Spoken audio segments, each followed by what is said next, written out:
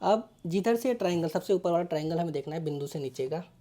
ये जो ट्रायंगल है, जिधर इसका फ्रंट हमारे साइड आता है, पीछे से देखेंगे आप इसको, पीछे से दिखाता हूँ तो ऐसे प्लेन आता है, और फ्रंट से देखेंगे तो इधर से ट्रायंगल हमें दिखाई देगा ये। जी जी तो जी। इसका मुंह हमें अपनी ओर रखना है, वही फ्रंट होता है। इसको मैं अगर ऐसे पकड़ के रखा हूँ तो ये मेरी साइड से फ्रंट है, मैं इसको अभी ऐसे कर दूंगा तो ये आपकी साइड से फ्रंट हो गया। ये चीज़ हमें ध्यान रखनी होती है। मतलब कि अगर इस सिलेंडर के कोई बीच में से 2 पार्ट करे या ऐसे 4 पार्ट करे, तो हर एक इसका जो पार्ट है वो एक दूसरे के सिमेट्रिक होगा। उसको अगर एक के ऊपर एक रखा जाएगा तो एक दूसरे को पूरा कवर कर लेगा। ये इसकी महत्व है। श्रीयंत्र अंदर से जो है खोखला है, और ये श्रीयंत्र की बात करते हैं हम इसकी, वो श्रीयंत्र जो है ठोस है। तो ये दोनों श्रीयंत्र अलग अलग हैं, ये खोखला है, ये सॉलिड है। तो हमें कौन से श्रीयंत्र को लेना चाहिए? ये एक असेंबल्ड यंत्र है जिसको कि जॉइंट करके बनाया गया है। इसमें एक स्क्रू बीच में लगा होता है, इसको अलग अलग तरीके से फिट किया जाता है। आप, मेरा एक छोटा यंत्र ये है जो कि वीएमसी मशीन से बना हुआ है। आप इसकी स्ट्रक्चर पहले देखिए, कितना सुंदर प्यारा ये दिखने में लग रहा है। पूरा सिंगल पीस का बना हुआ है, किसी प्रकार का कोई जॉइंट वेल्ड कुछ नहीं है। ओम नमो नारायण। दोस्तों, आपका अपने चैनल मार्केट एक्सपोजर में हार्दिक अभिनंदन है। आज हम हरिद्वार में संदीप जी के पास आए हैं, जो हमें श्रीयंत्र के बारे में जानकारी देंगे। ओम नमो नारायण। दोस्तों, आज हम इस वीडियो में बात करेंगे श्रीयंत्र के बारे में। जैसा कि मैं आपको बताऊं तो जितने भी श्रीयंत्र के सप्लायर हैं या शॉपकीपर हैं, वो 90% लोग हम ही से श्रीयंत्र लेते हैं। हमारे ही श्रीयंत्र उनकी शॉप पर जाते हैं।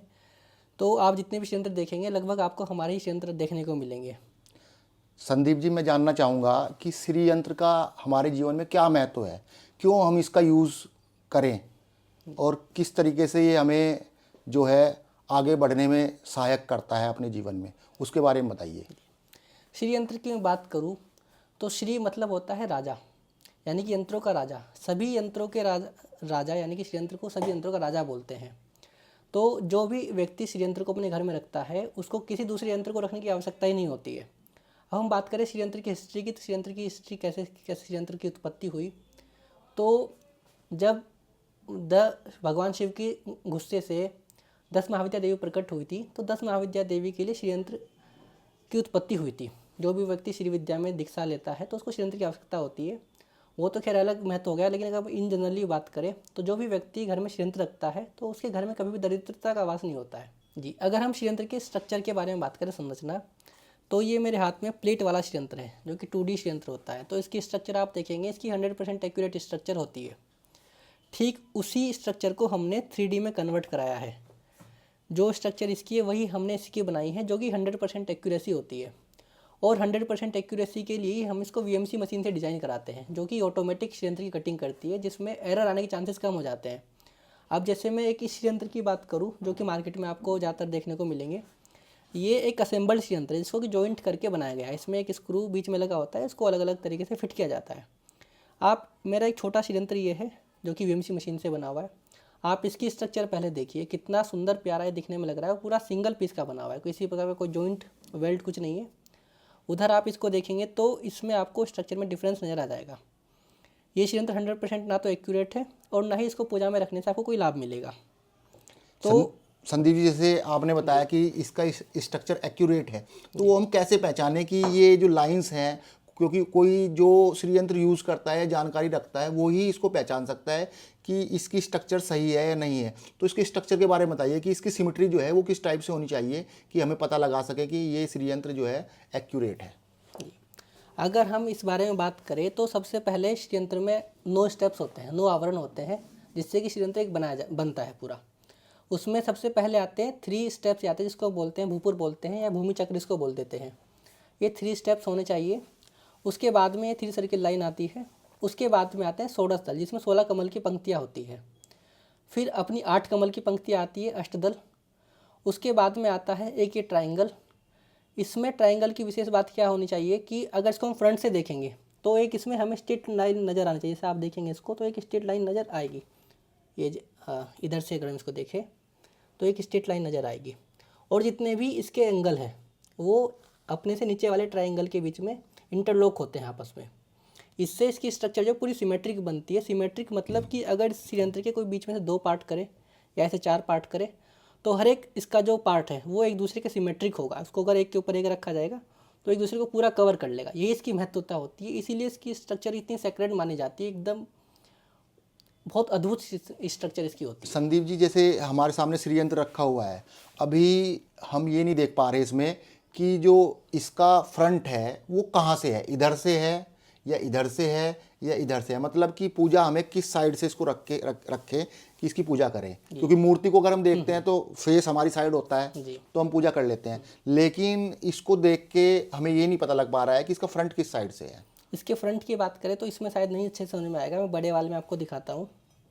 अब जिधर से ट्राइंगल, सबसे ऊपर वाला ट्राइंगल हमें देखना है, बिंदु से नीचे का ये जो ट्राइंगल है, जिधर इसका फ्रंट हमारे साइड आता है, पीछे से देखेंगे आप इसको, पीछे से दिखाता हूँ तो ऐसे प्लेन आता है, और फ्रंट से देखेंगे तो इधर से ट्राइंगल हमें दिखाई देगा ये।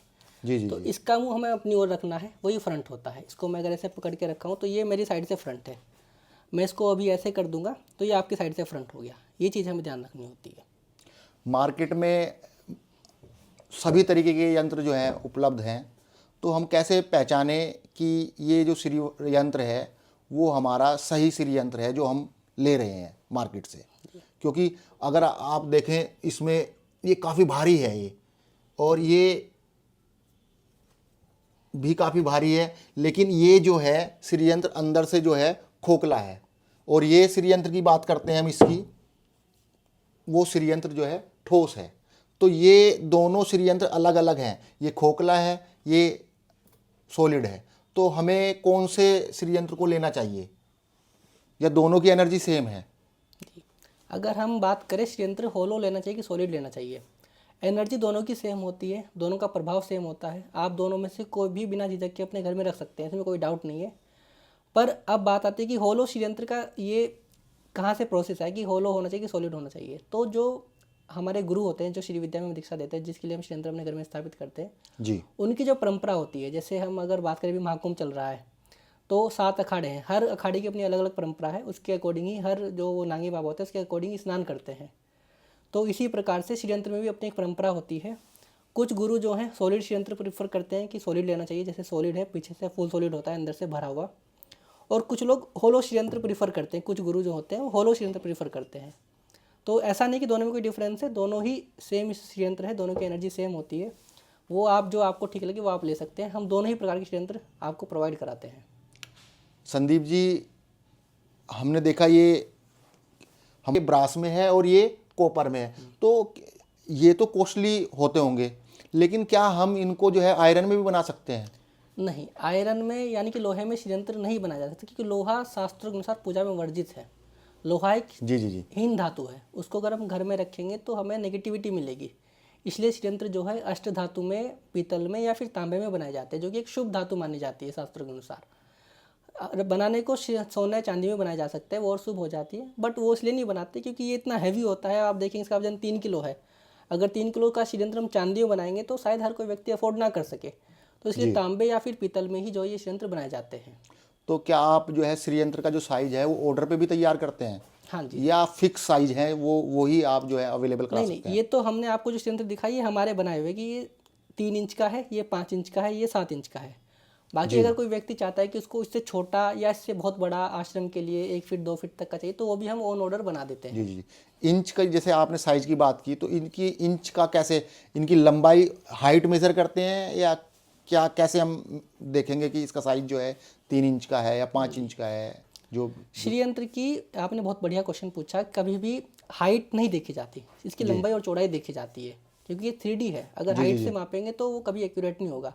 लंबाई और चौड़ाई जितनी होती है उसको उतनी इंच का श्रीयंत्र बोला जाता है। ये 3 इंच का है तो इसकी हम हाँ, ये वाली लंबाई लेंथ और चौड़ाई ये इक्वल होनी चाहिए। हाइट उसकी कितनी भी हो सकती है, वो डिपेंड करती है कि 9 स्टेप्स जो होते हैं इनकी हाइट कितनी है, ये मैटर करता है। इसकी टोटल हाइट कितनी है वो मैटर नहीं करता। अच्छा, ये भी इसका कि हमें जो ये हमारा स्ट्रक्चर है इनकी हाइट कितना रखनी है, इसका भी कोई प्रावधान है? जी हाँ, इसका बिल्कुल प्रावधान है। जितने भी इसमें आवरण है, जी जी जी। हर एक आवरण की हाइट इक्वल होनी चाहिए। अगर 1 mm में भी डिफरेंस आता है तो श्रीयंत्र वो हमारा परफेक्ट नहीं माना जाएगा, मतलब उसकी एनर्जी नहीं मिलेगी। उसके लाभ हमें उपयुक्त लाभ जो वो है जो लाभ मिलने चाहिए वो नहीं मिल पाएंगे। वो नहीं मिल पाएंगे। जी जी जी जी। तो आप जो है जो श्रीयंत्र है ये आप जो है इंडिया में हर कहीं मतलब उसको अवेलेबल करा सकते हैं? जी जी, हम ऑल ओवर इंडिया में डिलीवरी प्रोवाइड कराते हैं, और डिलीवरी चार्ज कुछ नहीं लेते, फ्री ऑफ कॉस्ट डिलीवरी होती है। और इंडिया के बाहर भी अगर कोई मंगाना चाहता है तो हम इंडिया के बाहर भी भेज सकते हैं। फास्टेस्ट डिलीवरी होती है ऑल ओवर इंडिया में, 3 दिन के अंदर हम डिलीवर करा देते हैं, और इंडिया के बाहर 5 से 7 दिन में डिलीवरी हो जाती है।